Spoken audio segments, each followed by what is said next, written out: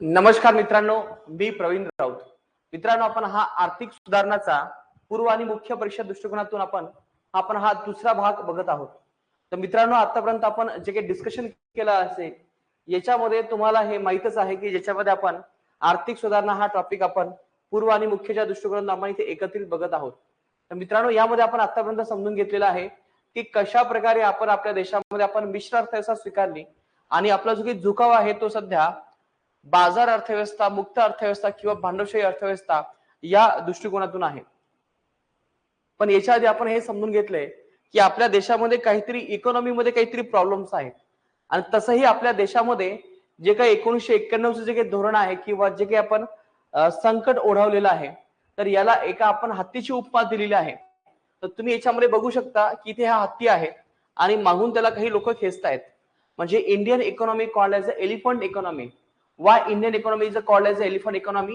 Because Indian economy have such a potential that they can grow very fastly and they have such a big potential to grow in a very systematic or in a increased manner. पण परंतु हा problem हा होतो की देशामध्ये ज्या प्रकारे आपल्याला धोरणं राबवायला हवी होती, ज्या प्रकारे आपल्याला पंचवार्षिक योजनेच्या माध्यमातून सस्टेन एक मार्ग आपल्याला स्वीकारायला हवा तो आपण स्वीकारू शकलो नाही. परिणामी मागच्या 1947 पासून तर 1991 या वर्षापर्यंत प्रॉब्लेम असल्यामुळे आपल्याला अचानक मोठं संकट पाहायला मिळालं. आता हे संकट येण्यामागे कोणकोणती कारणं होती तर याच्यावरती आपण पूर्णतः डिस्कशन केलेलं आहे मित्रांनो.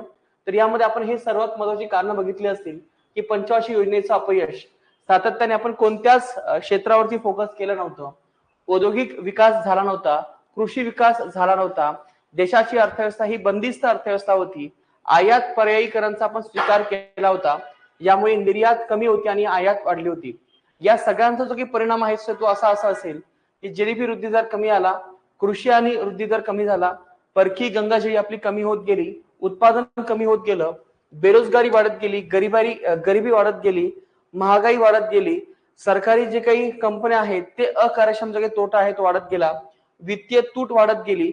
या सगळ्याचा परिणाम होत गेला आणि परिणामी आपल्याला 1991 मध्ये आपल्याला एक संकट पाहायला मिळालं आणि हे संकट हे अशा प्रकारचं होतं. मग हे संकट असल्यामुळे आपल्याला याच्यामध्ये आर्थिक सुधारणा करण्याची आवश्यकता होती आणि हे आर्थिक सुधारणा करण्यासाठी आपण काय केलं असेल, यासाठी आपण प्रयत्न केले.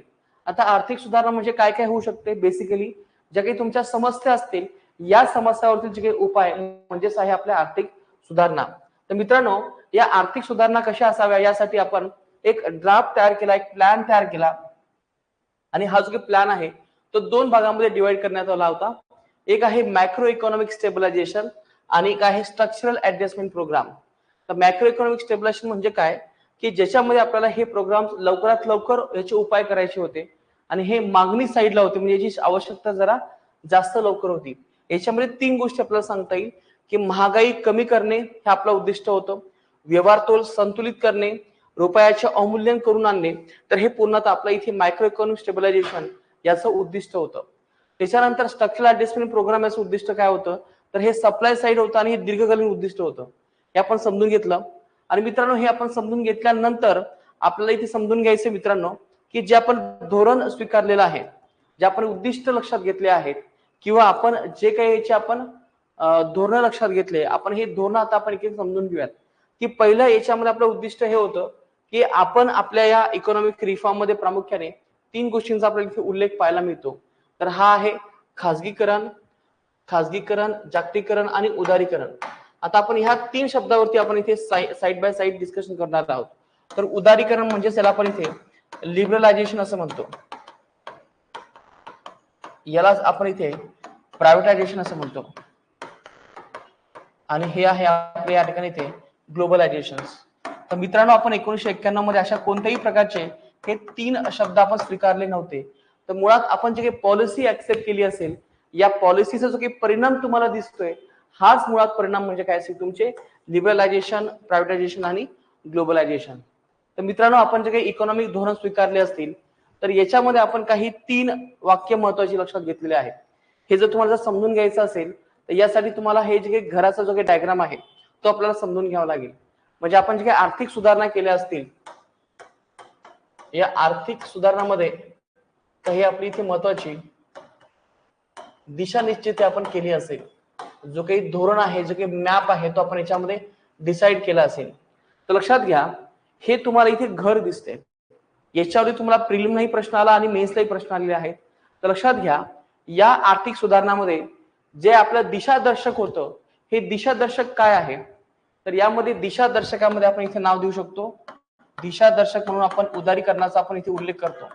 म्हणजे आपल्या आर्थिक सुधारणा जर करायचं असेल तर आपला दिशादर्शक काय आहे? इथे उदारीकरण हे आपलं इथे दिशादर्शक आहे. यासाठी हे उदारीकरण आपल्याला मार्ग दाखवते, उदारीकरण आपला हे दिशा दाखवते की तुम्हाला कोणत्या दिशेने जायचंय. पण त्या जर मार्गावरती जर जायचं असेल तर हा मार्ग कोणता आहे? या मार्गाचं नाव आहे खाजगीकरण. खाजगीकरण हा आपला मार्ग आहे, लक्षात ठेवा. खाजगीकरणाला आपण या ठिकाणी इथे मार्ग असं म्हटलेलं आहे. त्याच्यानंतर इथे आहे तुमचं जागतिकीकरण. आता हे जागतिकीकरण काय आहे? तर आपल्या अर्थव्यवस्थेचं जागतिकीकरण हेच काय आपलं इथे अंतिम उद्दिष्ट आहे. अंतिम उद्दिष्ट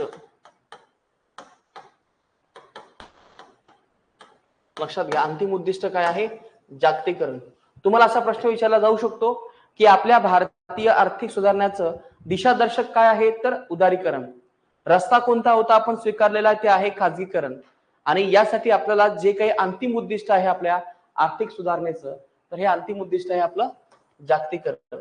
आता लक्षात घ्या, तुम्हाला असं इथे विचारलं जाऊ शकते की आपल्या ह्या आर्थिक सुधारणेचं अंतिम उद्दिष्ट काय होतं? उदारीकरण, खाजगीकरण आणि जागतिकीकरण. याचं एक्झॅक्टली उत्तर काय असेल या ठिकाणी? इथे जागतिकीकरण. हे असं इथे समजून घ्या. हा डायग्राम तुम्ही तुमच्या वहीमध्ये काढून घ्या. हे 3 शब्द लक्षात ठेवा. दिशादर्शक काय आहे? उदारीकरण. खाजगीकरण काय आहे? तर आपला हा मार्ग आहे. मार्ग म्हणजे हा बघा, या मार्गाच्या माध्यमातून इथे आपल्याला जागतिकीकरणाकडे पोहोचायचं आहे. तर एकदा हा डायग्राम व्यवस्थित तुमच्या वहीमध्ये काढून घ्या. आणि एकदा हे तुमचं झालं की नंतर आपण हे असं एक एक पॉईंट इथे आपण समजून घेऊयात की उदारीकरण म्हणजे काय. तर आज आपण जे काही उदारीकरण समजून घेणार आहोत, हा केवळ प्रिलिमचा पर्स्पेक्टिव्ह आहे. आधी आपण या सेशन मध्ये आपण आपला प्रिलिमचा पर्स्पेक्टिव्ह पूर्ण करणार आहोत आणि मग नंतर मेनचा पर्स्पेक्टिव्ह आपण याच्यामध्ये ऍड करूयात. चला, हा 2 मिनिटात हा डायग्राम एकदा काढून घ्या. उदारीकरण म्हणजेच मुक्त परवाना. म्हणजे मुळात हे धोरण आपण का स्वीकारलं हे तुमच्या लक्ष द्यायला हवं. आधी हा 2 मिनिटात हा डायग्राम एकदा काढून घ्या. घराचा प्रॉपर हा डायग्राम काढा. नेहमी लक्षात ठेवायला, नेहमी व्हिज्युअलाइज करत चला. इव्हन तुम्ही तुमच्या मेन्स रायटिंग मध्ये सुद्धा हे सगळं स्टेटमेंट मांडता येईल की या आर्थिक सुधारणाचं अंतिम उद्दिष्ट हे जागतिकीकरण होतं. यासाठी आपण मार्ग स्वीकारला आहे खाजगीकरण आणि यासाठी दिशादर्शक आहे आपलं उदारीकरण.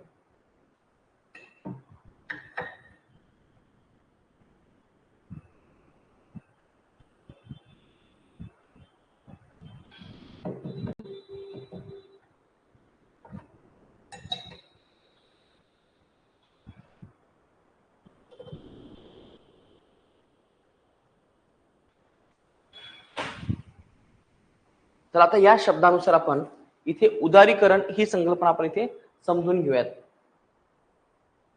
आता याच्यामध्ये आपण 1991 मध्ये जे काही पॉलिसीज मांडल्यात मित्रांनो, 1991च्या, तर या पॉलिसी मधून जे काही रिफ्लेक्ट झालेली जी गोष्ट आहे ती आहे उदारीकरण.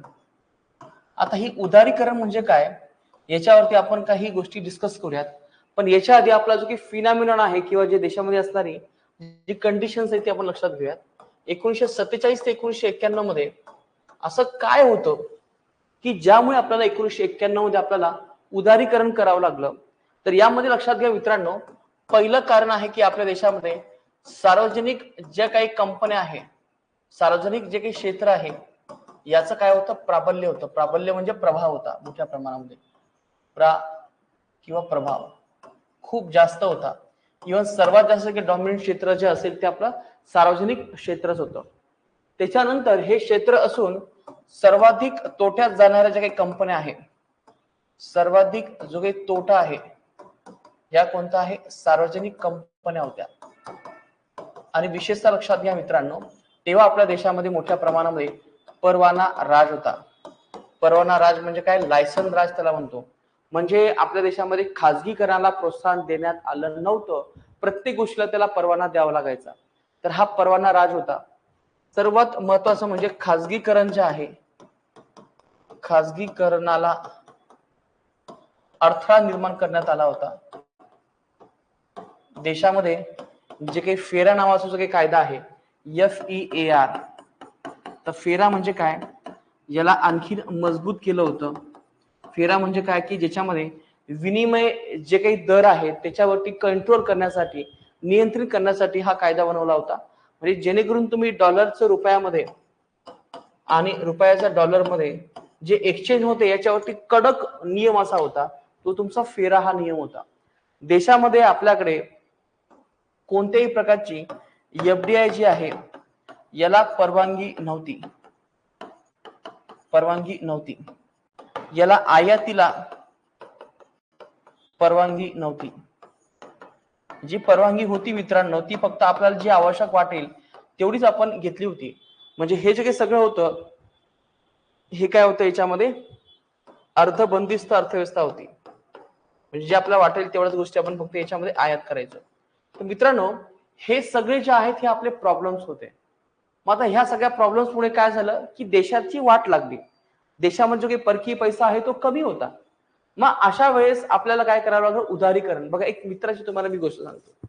माझा एक मित्र होता चिनू नावाचा. तर तो जो काही चिनू आहे तो खूपच संकुचित होता. त्याला लोकांमध्ये मिसळायला अजिबात आवडत नसायचं.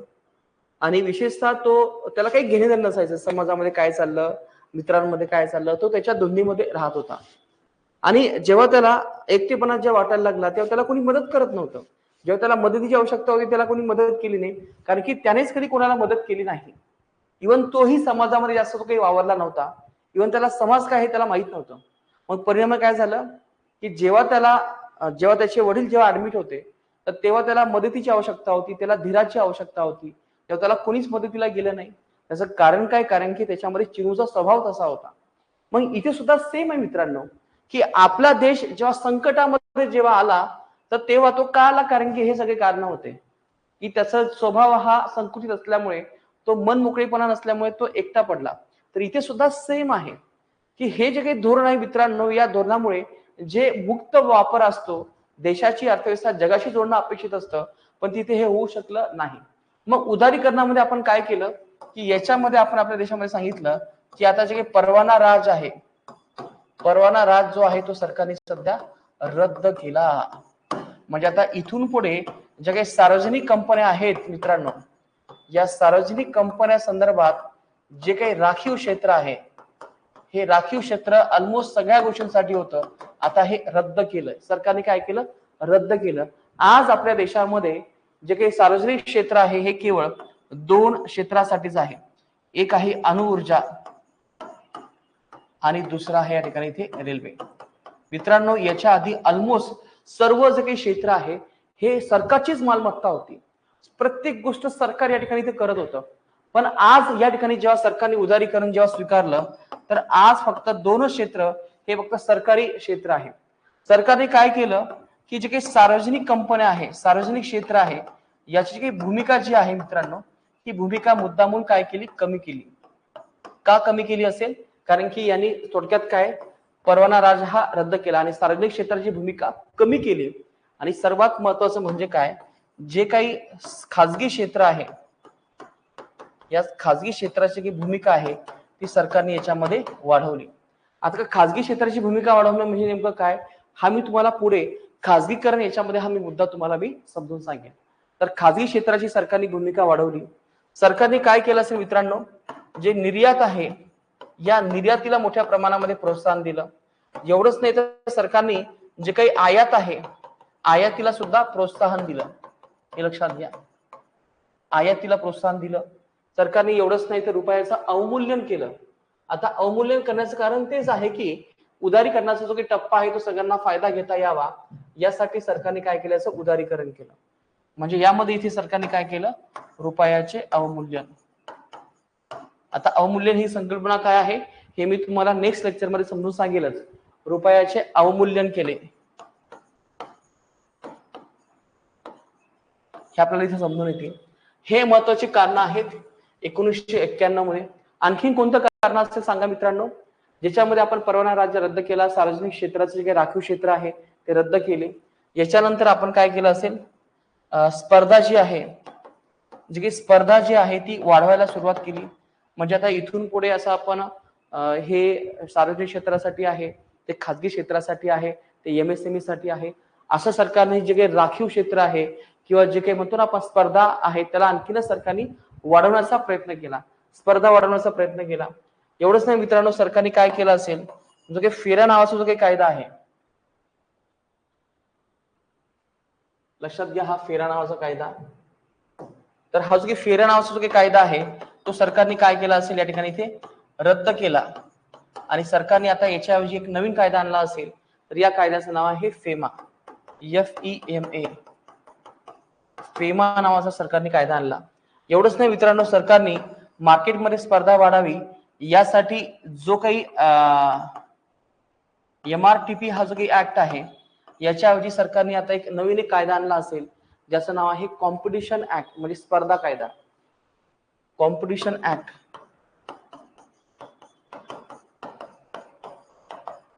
कॉम्पिटिशन ऍक्ट 2002 सरकारने हा पारित केला.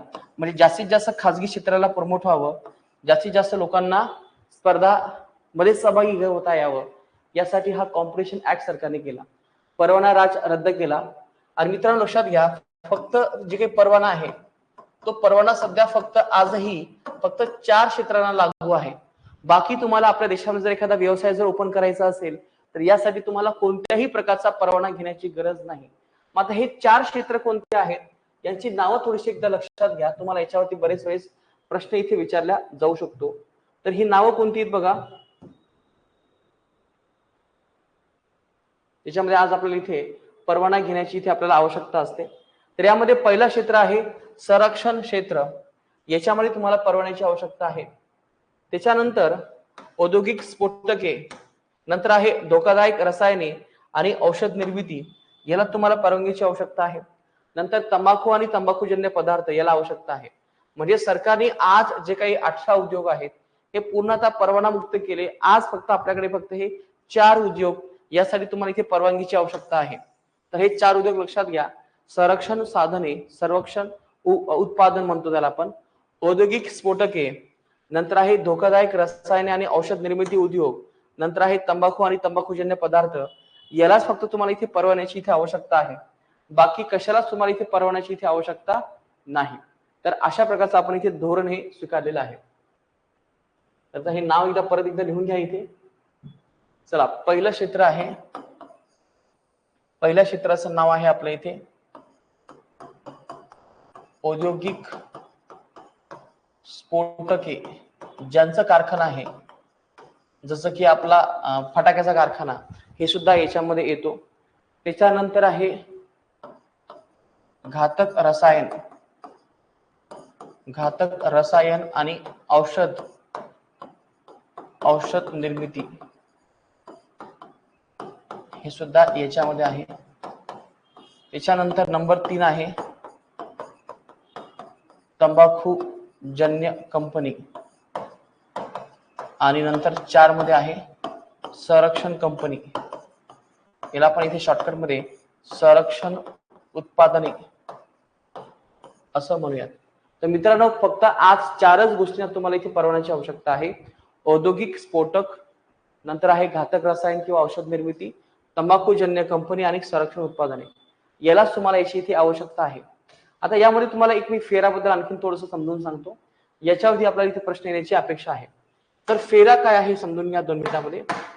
तर फेरा FEARA आणि दुसरा शब्द आहे फेमा. आधी यांचे लॉंग फॉर्म लक्षात घ्या. फेरा हा कायदा आहे 1973, हा आहे 1999. 1973 हा जो काही कायदा आहे, याचं नाव आहे फॉरेन एक्सचेंज, फॉरेन एक्सचेंज.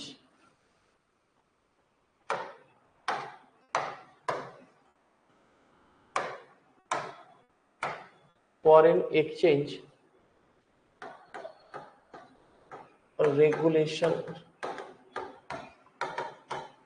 1973, आणि याचं नाव आहे फेमा.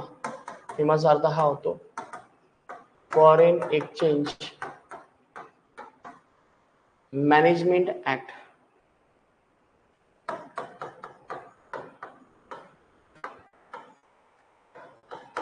मॅनेजमेंट ऍक्ट, तर इथे मॅनेजमेंट आणि इथे रेग्युलेशन हा शब्द आहे. आता मुळात हे काय आहे मित्रांनो, 2 मिनिटात समजून घ्या. आता यामध्ये आपल्याला समजून घ्यायचं की जो काही इतिहास आहे, या इतिहासाकडे आपल्याला जावं लागेल की मुळात हा फेमा कशासाठी काम करतो. तर जे काही फेमा मित्रांनो आहे किंवा जे काही फेरा आहे, फेराचा उद्देश हाच आहे की जे काही डॉलर आणि रुपया आहे याच्यामध्ये जेव्हा जे एक्सचेंज होत आहे, तर हे एक्सचेंज पूर्णतः नियंत्रित करण्यासाठी, हे एक्सचेंज नियंत्रित करण्यासाठी जेणेकरून बाहेरचा जो काही पैसा आहे तो भारतामध्ये येऊ नये किंवा आला तरी त्यावरती सरकारचं बंधन असावं, यासाठी अतिशय कडक हा जो काही कायदा आहे हा करण्यात आला होता. आणि मित्रांनो हा जो काही कायदा जो काही करण्यात आला होता तो करण्यात आला होता 1947 मध्ये. 1947 मध्ये फेरा ऍक्ट 1947. तर हा तो तेव्हाचा कायदा आहे. परंतु देशामध्ये याला आणखीन कडक बनवण्याचं काही काम आहे ते केलं असेल 1973 मध्ये. आणि हा ऍक्ट आहे फेरा अमेंडमेंट ऍक्ट 1973. म्हणजे कायदा तोच आहे, फक्त त्याला आपण इथे अमेंडमेंट केलं असेल, ते केलं असेल 1973 मध्ये. आणि या ठिकाणी या कायद्याची अंमलबजावणी केली असेल, ती केली असेल 1 जानेवारी 1974 पासून. तर ही अंमलबजावणी सुद्धा लक्षात ठेवा. या डेट वरती सुद्धा तुम्हाला प्रश्न असतात, अंमलबजावणी कधी केली असेल. तर ही अंमलबजावणी केली असेल 1 जानेवारी 1974. मित्रांनो त्याच्यानंतर आपल्या देशामध्ये 1991 मध्ये आपण जे काही धोरणं स्वीकारली असतील, याचं नाव आहे एलपीजी. मग आता जे काही आपले कडक धोरणं होते या संदर्भात, या एक्सचेंज संदर्भात, आता याला थोडंसं सिम्प्लिफाय करण्यासाठी आपल्याला मदत हवी होती किंवा याला आपल्याला रेस्ट्रिक्शन कमी करण्यासाठी आपण काय केलं, 1992 मध्ये आपण एक नवीन एक धोरण स्वीकारलं असेल, तर याचं नाव आहे लम्स, LERMS. आता लमचा अर्थ काय होतो लक्षात घ्या. लमचा अर्थ हा होतो liberalisation exchange regulation, liberalisation exchange regulation and management. लम्स असा अर्थ होतो, मॅनेजमेंट सिस्टीम लम्स. इथे मी एक शॉर्टकट देतो तुम्हाला, इथे लिहून LERMS,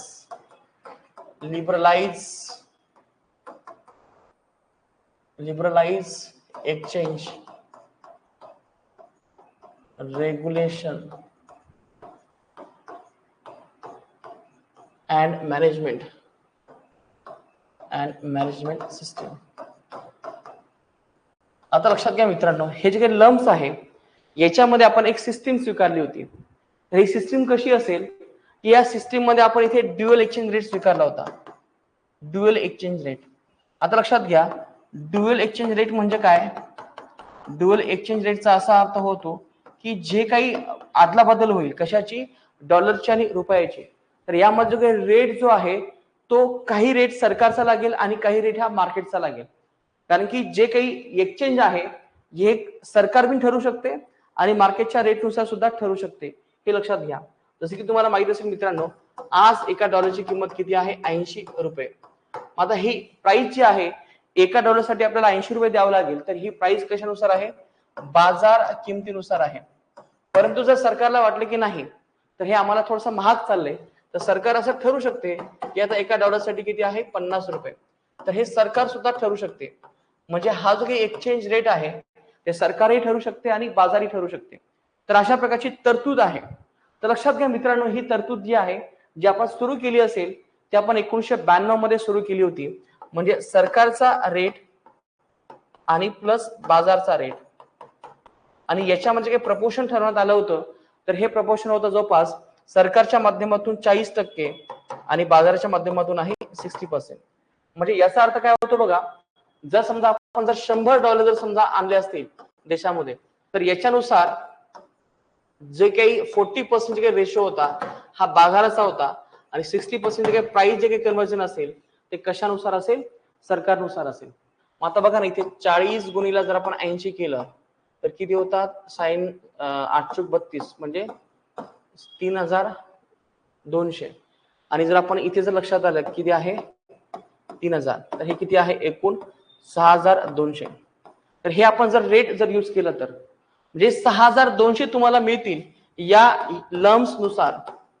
पण जर आपण जर हा जर समजा रेट जर बाजारानुसार जर घेतला असेल तर बाजारामध्ये किती होतात 100 गुणिले 800, तर साधारण तुम्हाला 8,000 रुपये मिळतात. पण सरकारला हे हवंच होतं की मुद्दामून याच्यामध्ये भारतामध्ये कमी पैसा यावा किंवा तो रेस्ट्रिक्टेड असावा, काहीतरी बंधन असावं, यासाठी आपण हे बंधन टाकलं होतं. आणि हे बंधन आहे लम्स मध्ये. पण मित्रांनो लक्षात घ्या, लवकरच आपण काय केलं असेल, हे जे काही बंधन आहे ते आपण रद्द केलं आणि सांगितलं की जे काही लम्स जे आहे हे लम्स फक्त कशासाठी लागू आहे, हे फक्त कॅपिटल अकाउंट साठी लागू आहे. मित्रांनो तुम्हाला आठवत असेल मी याच्या आधी तुम्हाला लम्स याबद्दल मी तुम्हाला बोललो आहे. लम्स बद्दल मी तुम्हाला सांगितलं की हे ड्युअल एक्सचेंज रेट लागू होतो, परंतु हा ड्युअल एक्सचेंज रेट कशासाठी असेल, फक्त कॅपिटल अकाउंट साठी आहे. आता कॅपिटल अकाउंट म्हणजे काय तुम्हाला चांगलंच माहिती आहे की तुम्हाला मी याच्या आधी इंटरनॅशनल इकॉनॉमी मध्ये डिस्कस केलं होतं की कॅपिटल अकाउंट मध्ये कोणकोणत्या गोष्टींचा समावेश होतो. तर याच्यामध्ये येणारी गुंतवणूक याचा समावेश होतो, जी येणारी जे काही कर्ज आहे त्याचा समावेश होतो, येणारी जी काही मदत आहे त्याचा समावेश होते. म्हणजे कॅपिटल अकाउंट मध्ये ही लम्स नावाची सिस्टीम आजही लागू आहे. याच्यासाठी आपण तारापूर समिती स्थापन केली होती, परंतु तारापूर समितीने सांगून सुद्धा सरकारने याच्यामध्ये आजही जे आहे मित्रांनो ते पार्शली कन्व्हर्टेबल आहे. म्हणजे हे जे काही कॅपिटल अकाउंट आहे ते आजही पार्शली कन्व्हर्टेबल आहे. पार्शली कन्व्हर्टेबल आहे, त्याला आपण इथे पार्शली कन्व्हर्टिबिलिटी असं म्हणतो. परंतु आज आपल्या देशामध्ये जे काही तुमचं करंट अकाउंट आहे, आता तुम्हाला माहितीच असेल की करंट अकाउंट म्हणजे काय, की ज्याच्यामध्ये गुड्स आणि सर्व्हिसेस दोघांचाही समावेश होतो. तर हे अशा प्रकारचे काही अकाउंट आहे, जर समजा तुम्हाला एखादी वस्तू आणायची असेल किंवा द्यायची असेल, यामध्ये जो काही एक्सचेंज रेट आहे तो आता इथून पुढे लम्सच्या माध्यमातून ठरणार नाही, म्हणजे 50-50% ठरणार नाही. तर हा जो काही रेट आहे तो कशानुसार ठरणार आहे, मार्केटनुसार ठरणार आहे, बाजारानुसार ठरणार आहे.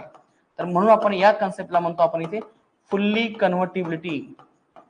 फुल्ली कन्व्हर्टिबिलिटी.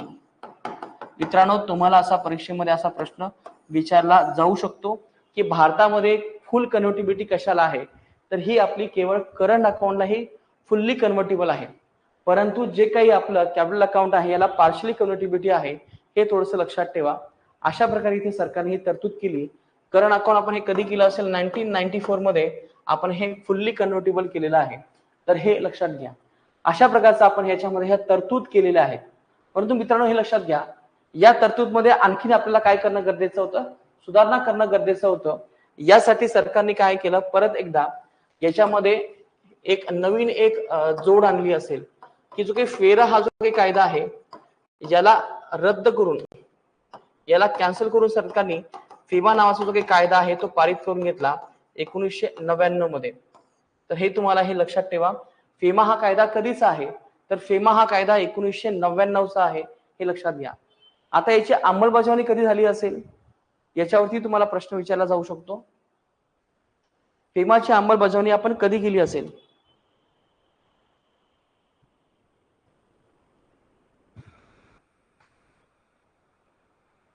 तर हे आहे 1 जानेवारी 2000 मध्ये, असं काहीतरी डेट आहे, इथे मला चेक करू द्या.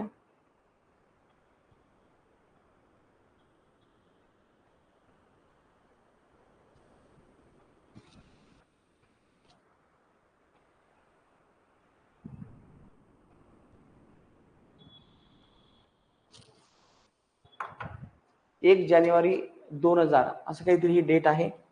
1 जानेवारी 2000 या दिवशी याची काय झाली असेल, अंमलबजावणी झाली असेल. तर मित्रांनो अशा प्रकारचे इथे फेमा काय आलं, फेरा काय आलं, हे तुम्हाला मी सविस्तर सांगितलेलं आहे, हे लक्षात घ्या. आता हे थोडंसं लिहून घ्या. लम्स म्हणजे काय, liberalise exchange regulation management system. फेरा म्हणजे आहे foreign exchange regulation act. FEMA आहे फॉरेन एक्सचेंज मॅनेजमेंट ऍक्ट.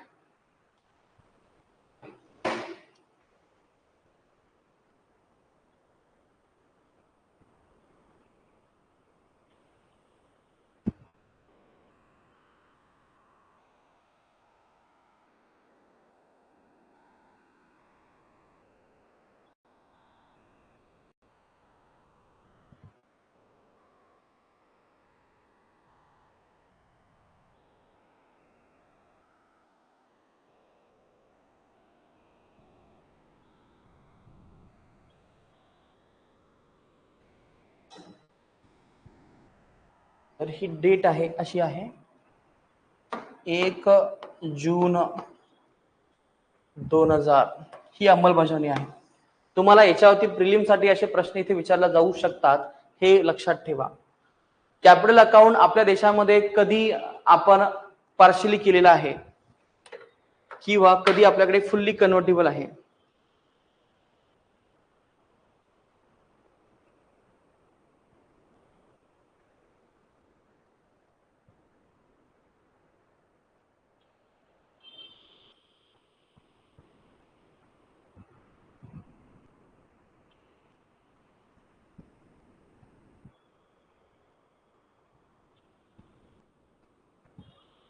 एकोणीसशे 94 मध्ये आपण केलं असेल, करंट अकाउंट फुल्ली कन्व्हर्टेबल.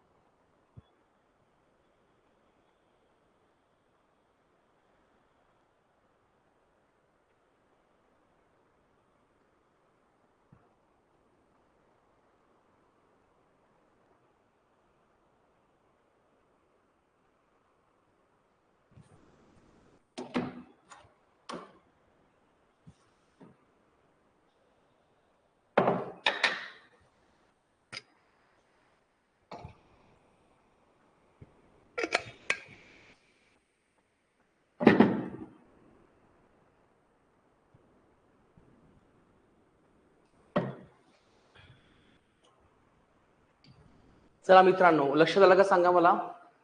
तर अशा प्रकारे आपण इथे फेरा रद्द करून आपण फेमा आणला असेल, याच्यावरती मी तुम्हाला सविस्तर डिस्कशन केलेलं आहे. तर याचबरोबर इथे रुपीज डिव्हॅल्युएशन म्हणजे काय, तर याच्यावरती मी तुम्हाला सविस्तर डिस्कशन पुढच्या लेक्चरमध्ये करेन. ठीक आहे, समजलं इथपर्यंत सगळ्यांना? Any questions, any doubts? आता यामध्ये लक्षात घ्या मित्रांनो, आपण हे सगळं लम्स वगैरे आणलेलं आहे, फेमा आणलेला आहे, आणि अशा प्रकारे आपण आपल्या देशामध्ये जे काही उदारीकरण आहे याला आपण इथे प्रोत्साहन दिलेलं आहे.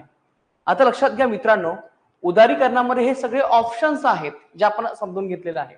आता जो काही पुढचा ऑप्शन आहे मित्रांनो, तो आहे खाजगीकरण. आता खाजगीकरण म्हणजे काय हे आपण थोडंसं समजून घेऊयात.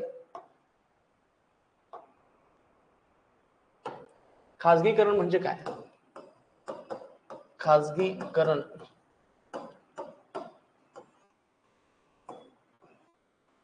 खाजगीकरण या शब्दाचा अर्थ हा होतो सार्वजनिक कंपनीची मालमत्ता खाजगी क्षेत्राला हस्तांतरित करणे, यालाच आपण इथे खाजगीकरण असं म्हणतो. बघा, सार्वजनिक, मी थोडस पेन चेंज करतो.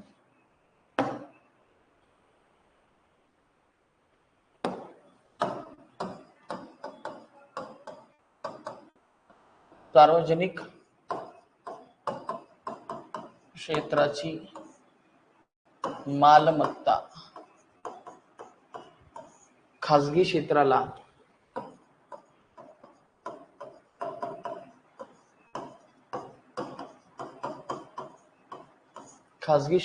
हस्तांतरित करणे.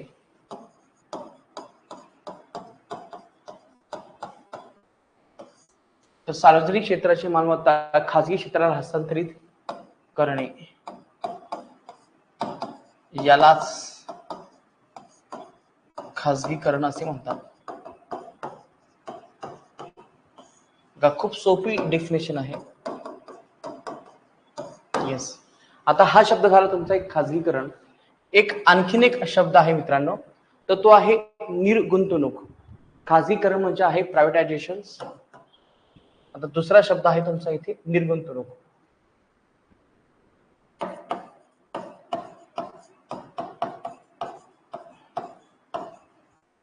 निर्गुंतवणूक यालाच आपल्याला इथे डिसइन्व्हेस्टमेंट असं म्हणता येईल. आता डिसइन्व्हेस्टमेंटचा अर्थ काय होतो, तर डिसइन्व्हेस्टमेंटचा अर्थ असा होतो की सेम मुळात डिसइन्व्हेस्टमेंट आणि जे काही खाजगीकरण आहे ते सारखंच आहे. डिसइन्व्हेस्टमेंट आणि खाजगीकरण जास्त सारखंच आहे. आता डिसइन्व्हेस्टमेंट म्हणजे काय, तर याच्यामध्ये फक्त एक लक्षात घ्या, सरकारची सार्वजनिक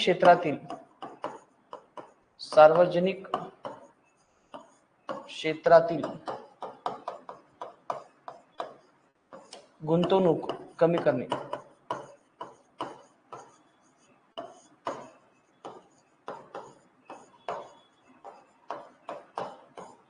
बघा, डिसइन्व्हेस्टमेंट म्हणजे काय? सरकारची सार्वजनिक क्षेत्रातील गुंतवणूक जी आहे ती कमी करणे. यालाच आपण या ठिकाणी इथे काय म्हटलेलं आहे? खाजगीकरण. मुळात निर्गुंतवणूक आणि खाजगीकरण हे एकच आहे, वेगळं नाहीये. तुम्हाला आठवत असेल मी तुम्हाला ही डेफिनेशन पब्लिक फायनान्स मध्ये तुम्हाला मी क्लिअर केली असेल. आता यामध्ये आणखीन एक शब्द मित्रांनो, तो आहे राष्ट्रीयकरण. आता तुम्हाला हे या शब्दाबद्दल काही जास्त मला डिटेल्स सांगण्याची आवश्यकता नाही, पण तरी 2 मिनिटं मी तुम्हाला क्लिअर करतो. आता हे राष्ट्रीयकरण. आता राष्ट्रीयकरण म्हणजे काय असेल? तर आता हे बघा, खूप सोपं आहे. याचं मी तुम्हाला डायग्राम काढून दाखवतो, तुम्ही हे लक्षात येईल. थोडंसं याला मी इथे शिफ्ट करतो वेगळ्या ठिकाणी. सिलेक्ट.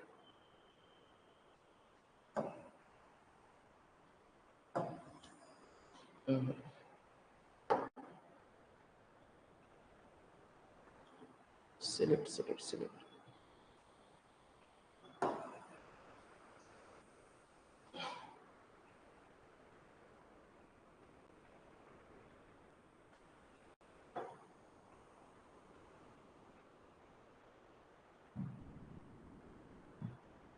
आता बघा,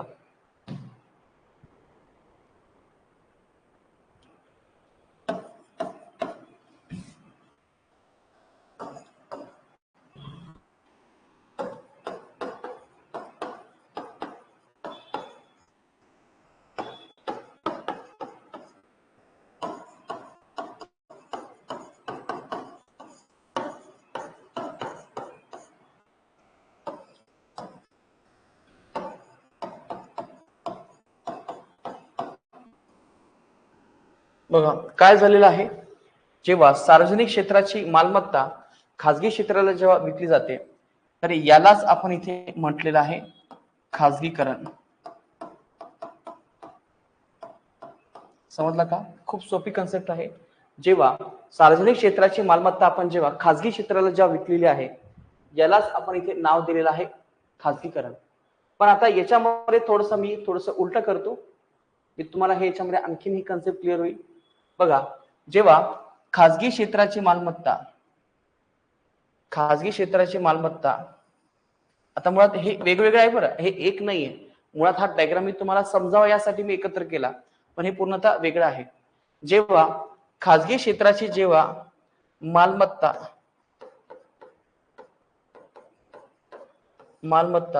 हे जेव्हा सार्वजनिक क्षेत्राला जेव्हा विकली जाते, तर यालाच म्हणतो आपण या ठिकाणी इथे राष्ट्रीयकरण. तर ह्या अशा प्रकारच्या ह्या संकल्पना आहेत. याच्यामध्ये काय महत्वाचं आहे? मालमत्ता हस्तांतरण करणे. तर ही अशा प्रकारची कन्सेप्ट आहे मित्रांनो. आता तुम्हाला प्रश्न पडला असेल की आपण हे खाजगीकरण का स्वीकारलंय? खाजगीकरण करण्याचं कारण काय असेल? तर मित्रांनो, खाजगीकरण करण्याचं इथे आपल्याला काही महत्वाची इथे कारण सांगता येईल. खाजगीकरण करण्याचं सर्वात महत्वाचं कारण हे आहे की जे काही सार्वजनिक कंपन्या ज्या आहेत, क्षेत्र आहे, ते खूप मोठा तोटा सहन करत होतं. तोटा यांचा खूप दिवसेंदिवस वाढत चालला होता.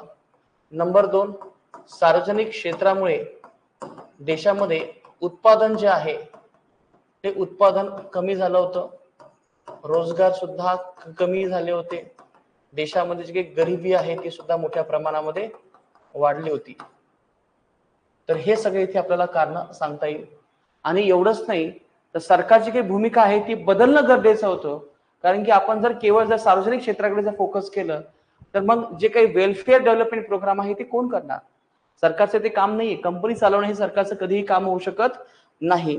हे सरकारच्या लक्षात आलं आणि सरकारने काय केलं? याच्या माध्यमातून सरकारला पैसे मिळवण्याची आवश्यकता होती आणि यासाठी काय करणे? ह्या कंपन्या विकणे, सार्वजनिक क्षेत्र विकणे हा बेस्ट ऑप्शन होता. कारण की त्यापासून आपल्याला पैसा मिळणार होता. आणि एवढंच नाही, या माध्यमातून लक्षात घ्या, खाजगी क्षेत्र जे आहे, या खाजगी क्षेत्राला आपल्या ठिकाणी इथे प्रोत्साहन मिळणार होतं. कारण की जर हे प्रोत्साहन जर मिळालं असतं तर देशामध्ये काय होते? मोठ्या प्रमाणामध्ये वाढ होते. हे सगळं सरकारला करायचं होतं. देशामध्ये सरकारला जे काही मुक्त अर्थव्यवस्था आहे, मुक्त अर्थव्यवस्थेला सरकारला इथे प्रमोट करायचं होतं. तर यासाठी हा सगळा आटापिटा चालू होता. सरकारला देशामध्ये जे काही एफडीआय आहे, सरकारला एफडीआय वाढवायची होती. देशाला तंत्रज्ञान वाढवायचं होतं. देशाला तंत्रज्ञान वाढवायचं होतं. तंत्रज्ञानामध्ये वाढ करायची होती. देशामध्ये आपल्याला काय करायचं होतं? आता आणखीन काही छुपे अजेंडे आपल्याला इथे सांगता येऊ शकतात. देशामध्ये आपल्याला रोजगार वाढवायचे होते.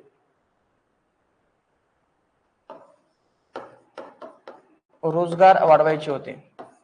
देशामध्ये आपल्याला गरिबी कमी करायची होती. देशामध्ये आपल्याला जे काही जीडीपी आहे तो आपल्याला वाढवायचा होता. तर मित्रांनो, हे संपूर्ण करण्यासाठी आपण इथे खाजगीकरण हा ऑप्शन आपण इथे निवडलेला आहे. तर हे इथे आपल्याला महत्वाची आपल्याला कारण सांगता येऊ शकतात. तर हे सगळं आपण खाजगीकरण यामुळे केलंय. आणि खाजगीकरण करताना आपण ही काळजी घेतली की ज्या कंपन्या खूप तोट्याच्या आहेत त्यांनाच आपण विकलेलं आहे, आणि ज्या कंपन्या फायद्याच्या होत्या त्यांना आपण विकलेलं नाही. ज्या कंपन्या खाजगी होत्या, ज्या कंपन्या सार्वजनिक होत्या, सार्वजनिक कंपनी पण त्या ज्या काही फायद्याच्या होत्या, त्यांचा फायदा देशाला होत होता किंवा सरकारला त्या उत्पन्न देत होत्या, तर अशा कंपनीला प्रोत्साहन देण्यासाठी सरकारने प्रामुख्याने 3 प्रकारचे क्रायटेरिया तयार केले. आणि हे 3 प्रकारचे क्रायटेरिया बघा कोणकोणते असतील. तर यामध्ये पहिला जो काही क्रायटेरिया आहे तो आहे महारत्न. त्याच्यानंतर आहे नवरत्न. याला मी थोडंसं चेंज करतो. महारत्न. त्याच्यानंतर आहे इथे नवरत्न. आणि नंतरचा क्रायटेरिया आहे आपला मिनी रत्न. तर मित्रांनो, सरकारने अशा प्रकारचे हे सगळे इथे क्रायटेरिया तयार केलेत, जेणेकरून त्या कंपन्यांना त्या हिशोबाने त्यांना आणखीन प्रमोट करता येईल. म्हणजे असं नाही की याचा अर्थ की सरकारने सार्वजनिक कंपन्या प्रमोट केलं नाही. फक्त ज्या कंपन्या फायद्यामध्ये होत्या यांना फक्त प्रोत्साहन देण्यात यावं. हे महारत्न, नवरत्न आणि मिनी रत्न अशा प्रकारचे आपण हे क्रायटेरिया इथे तयार केले असतील. तर नवरत्न हा क्रायटेरिया आपण कधी आणला असेल याची सगळी माहिती तुम्हाला इथे पुढे दिसते बघा. या गोष्टी आपल्याला इथे समजून घ्यायच्या आहेत, खूप महत्वाच्या आहेत. त्यांचे क्रायटेरिया काय आहेत हे आपल्याला इथे समजून घेणं महत्वाचं आहे. नवरत्न हा स्टेटस आपण 1997 रोजी दिला असेल. मिनी रत्न ही कंपन्या 2002 मध्ये दिला असेल आणि महारत्न हा जो काही क्रायटेरिया आहे तो आपण 2009 मध्ये दिला असेल. आता महारत्न म्हणजे काय, काय अर्थ होतो या महारत्नाचा? म्हणजे अशा प्रकारच्या कंपन्या ज्याला ऑलरेडी मिनी रत्न हा दर्जा आहे, अशा कंपन्या ज्याचं जे काही संपत्ती आहे, ही संपत्ती त्यांची किती आहे, टर्नओव्हर किती आहे, तर 25,000 आहे. त्यांची संपत्ती 15,000 आहे आणि त्यांचा प्रॉफिट 5,000 आहे. अशा कंपन्याला आपण या ठिकाणी ते महारत्न हा दर्जा दिलेला आहे. लक्षात घ्या मित्रांनो, भारतामध्ये अशा प्रकारच्या सध्या किती महारत्न कंपन्या आहेत तर लक्षात घ्या, यांची संख्या जर तुम्ही बघितली तर ही संख्या किती आहे, तर तुम्हाला ही संख्या दिसेल इथे जवळपास 12 एवढ्या आपल्या देशामध्ये असणाऱ्या. काय झालंय, हँग झालंय का? आता ओके आहे.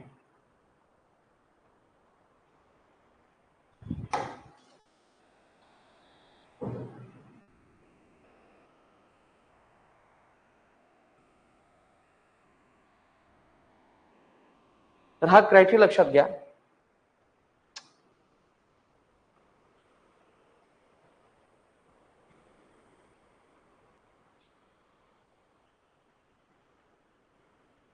हे बोर्ड हँग झालंय.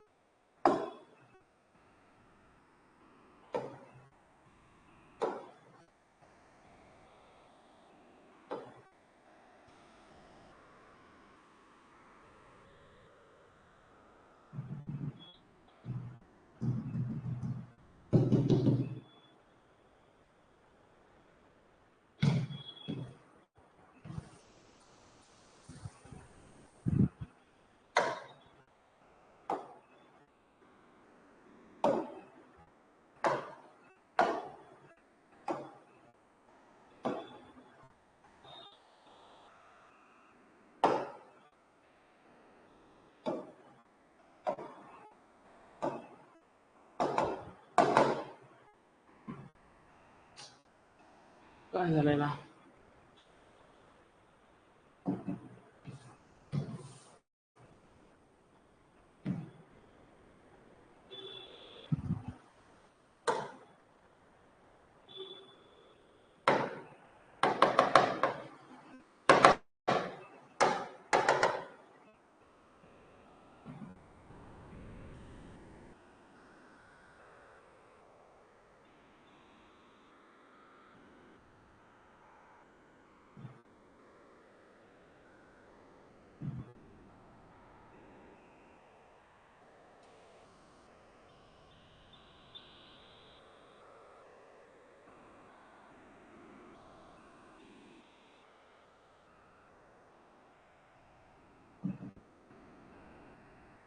हँग झालंय.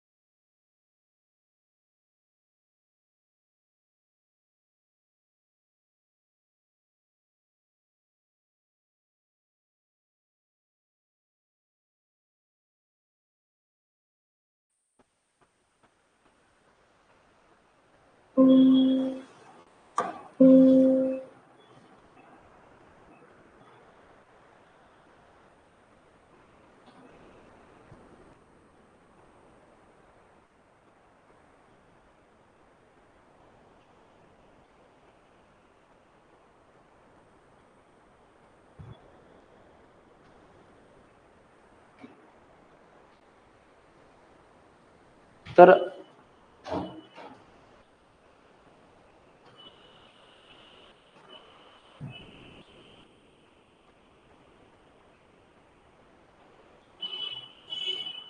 काय होत चाललंय.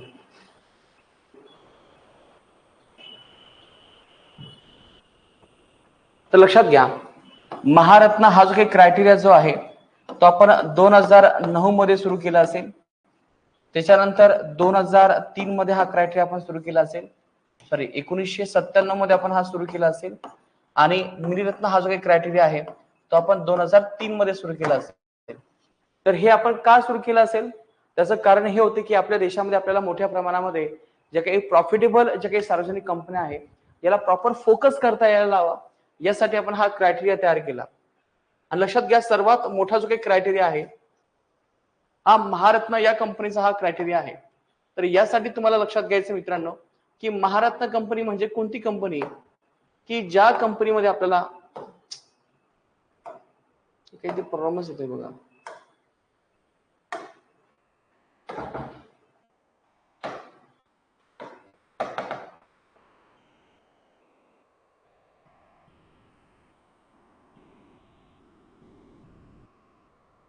जास्त गरम झाल्यामुळे तो हँग होतोय का?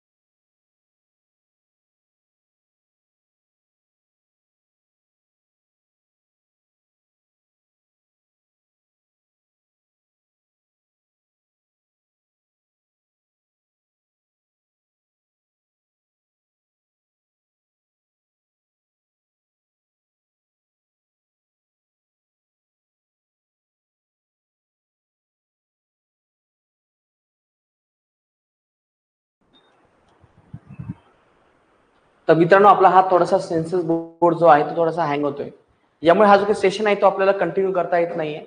तर जेव्हा आपण कधी नेक्स्ट लेक्चर घेऊयात तेव्हा तुम्ही तुम्हाला उदारीकरण, खाजगीकरण आणि जागतिकरण हे पॉईंट परत मी रिपीट करेन. आता हा जो काही बोर्ड आहे हा थोडासा आपला प्रॉब्लेम देतोय. पुढच्या लेक्चरमध्ये आपण आणखी सविस्तर डिस्कशन करूया. तर मित्रांनो आज आपण इथे थांबतोय. धन्यवाद.